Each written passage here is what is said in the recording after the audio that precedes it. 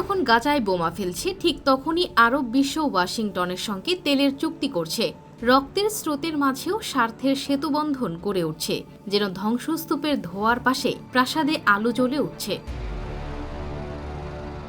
গাজার আকাশ আজও ধোঁয়ায় ঢাকা, শিশুর কান্না, মায়ের আহাজারি আর ভেঙে পড়া ঘরের ধ্বংসাবশেষ, সব মিলিয়ে যেন এক অবর্ণনীয় ট্র্যাজেডি। গতরাতের হামলায় প্রাণ হারিয়েছে অসংখ্য নিরীহ মানুষ। হাসপাতালগুলোতে জায়গা নেই আহতদের জন্য।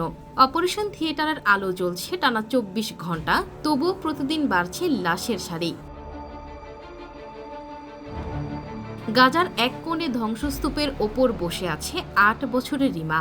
মা বাবা দুজনকেই হারিয়েছে গতকাল রাতে। তার হাতে ধরা একমাত্র খেলনাটি এখন যুদ্ধের এক নীরব সাক্ষী।